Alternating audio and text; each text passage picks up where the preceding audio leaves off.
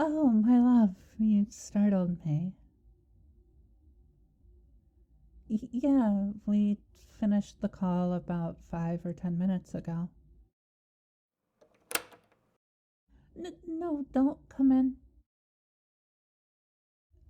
Um, well, I'm looking at something I don't want you to see. Just, give me a moment, okay?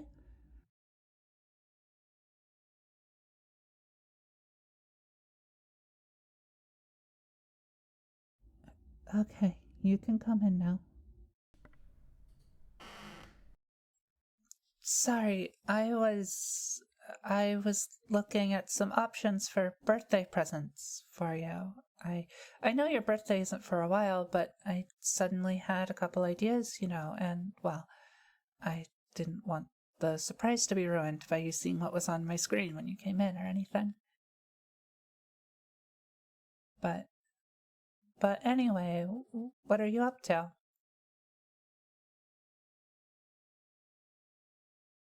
Oh, well, I'm done with all my meetings for today. There are a few other things I was hoping to get done tonight that I could work on, but it's been a long day and they aren't super time sensitive, so.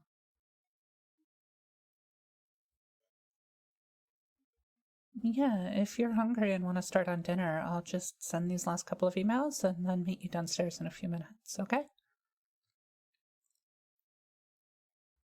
Yeah, it'll be okay. They don't have to be done until end of day tomorrow.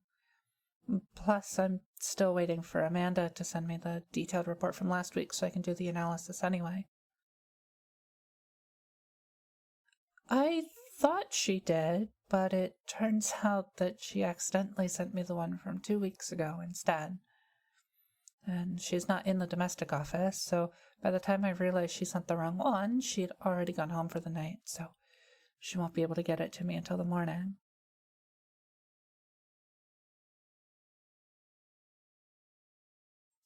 Yeah, but I mean, I've done that plenty of times, so I get it. And I don't think I'll be able to get any of the other things done either.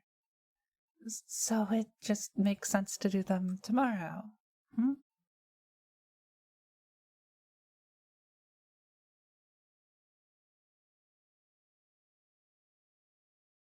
So, anyway, I'll just send a couple emails and call it a night, okay?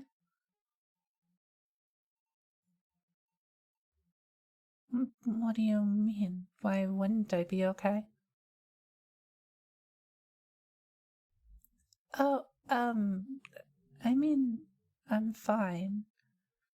As I said, it's just been a long day, so that's probably why I seem a bit more low energy than usual.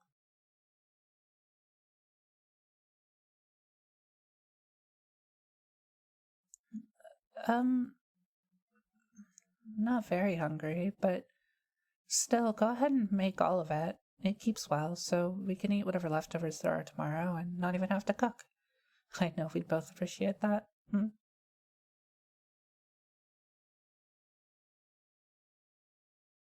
You're not going to let me get away with hiding it, are you?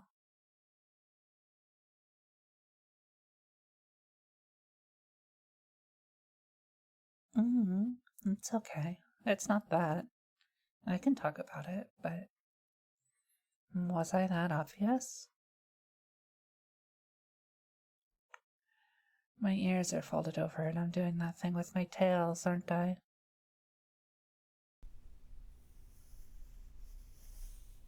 Mm, thanks.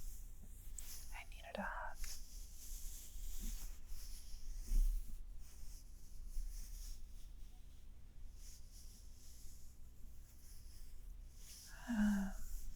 Sometimes I envy you humans and other Kaminomi me. Oh, nothing. I didn't.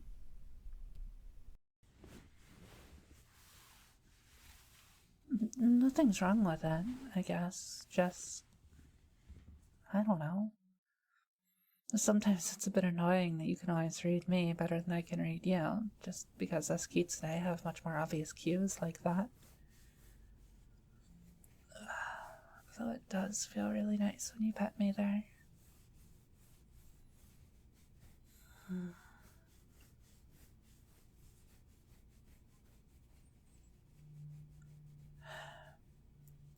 You know, there are a lot of different types of kemonomime. Kitsune, of course, but also plenty of others, and there are certain stereotypes about us that persist and become a sort of expectation.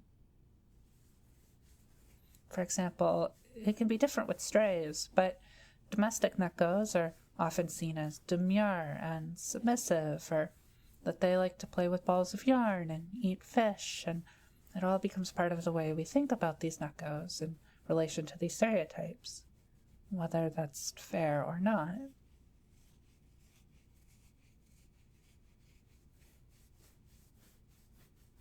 Right, exactly. Of course, a lot of nekkos are like that, and that's absolutely fine. There's nothing wrong with being demure or liking fish, but it can be frustrating for the ones who aren't like that.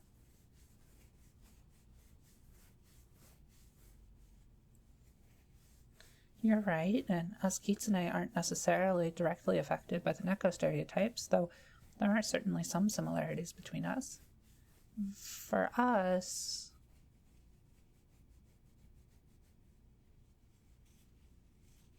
No, I promise, it's fine. I'm just trying to figure out how I want to say it.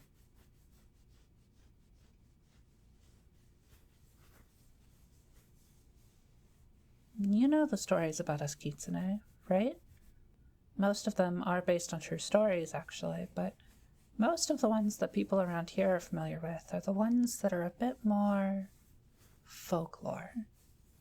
We're not rare per se, but Kitsune have always been a minority here, and so a lot of the stories about us that are known here are either the stories brought back here after our culture's first contact, or they are genuinely stories from our folklore, both sets of which are lacking in broad representation and nuance.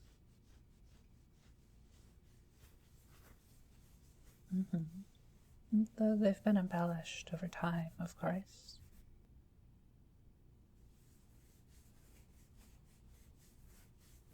Kitsune are considered unique amongst kemonomime for having multiple tails, and many of us do. I mean, I have 3 of them. We're born with one, and any subsequent tails grow in over time, spread out over our long lifespans. And how many we'll end up with? Well, it's partially genetic, but there are a bunch of other factors, so we never really know. It's a bit like height in that way. Like, your parents can both be tall, but you're... I'm sorry. Can you just listen and let me get this all out? Otherwise, I'm not sure I'll be able to. Thanks. You can keep petting me, though. Yeah, just like that.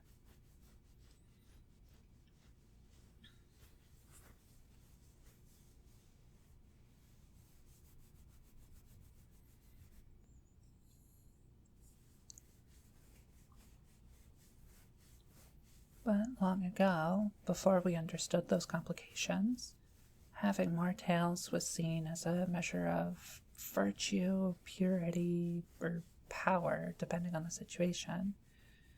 But it was always a mark of honor.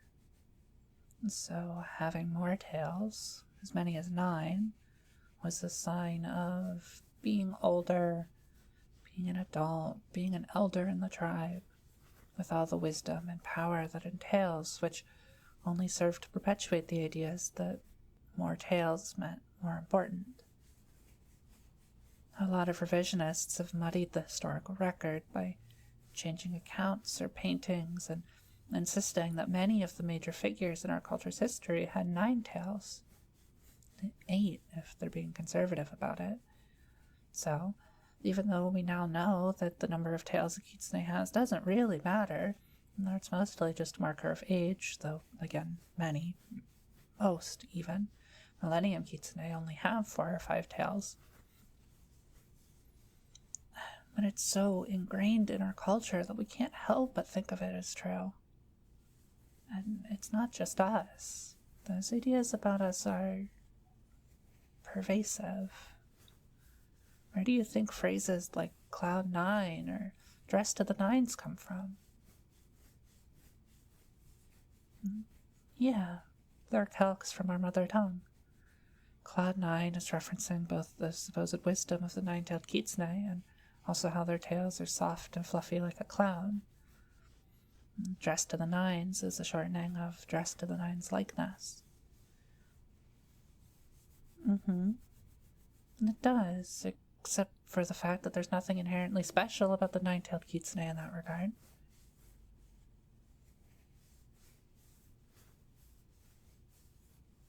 Oh, right, it is actually relevant. That video conference meeting I just had, it was me, the rest of my team, and our client and his assistant. We'd seen the initial services request on paper, but this was our first time talking to him, and this was the time for teasing out the details of what the contract would entail.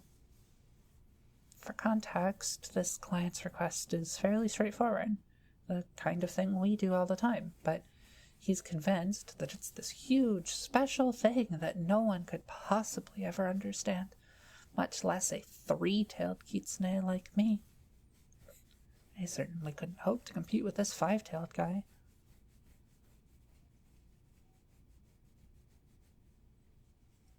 And it's not even that I'm a woman, since he seemed to respect the other women on my team just fine, and it's true that kitsune tend not to judge on gender. But he, refused to believe that I was the team lead.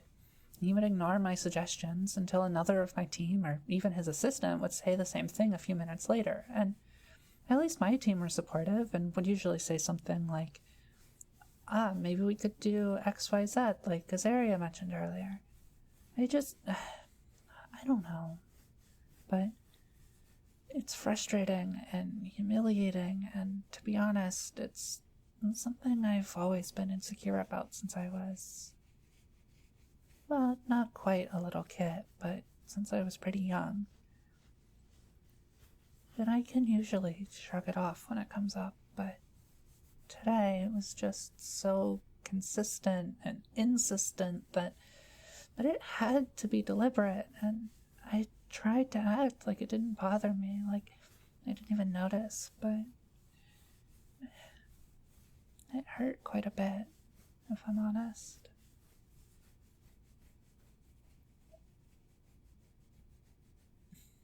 It was, yeah. Yeah, I know. I just went on a ramble about how these expectations and stereotypes are nonsense, but the fact that I know that doesn't mean that my subconscious emotions are going to care. They didn't, really.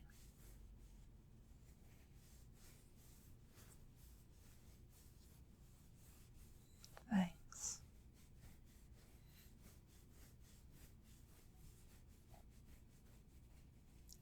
You do? You really like my tails? I do take good care of them. Brushing them every night before bed is super relaxing, but it's always so much better when you do it. Yeah. Just like that.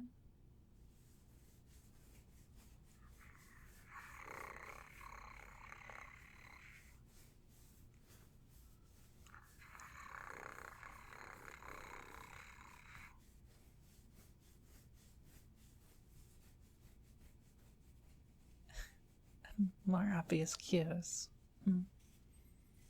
I told you, Kitsune and Neko's aren't too dissimilar sometimes. But, yeah. Thank you.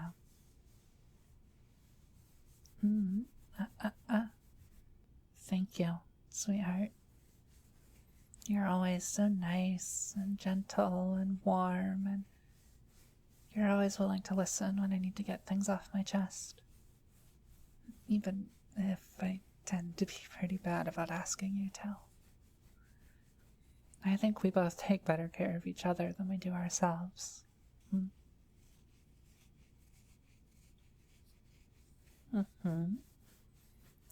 I do love you for it, sweetheart.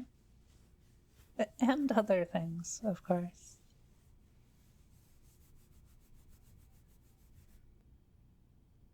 Oh, right, those emails.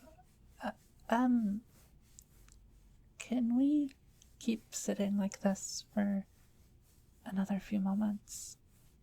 You're just so warm, and I am just so comfortable in your lap like this. Thanks. I love you.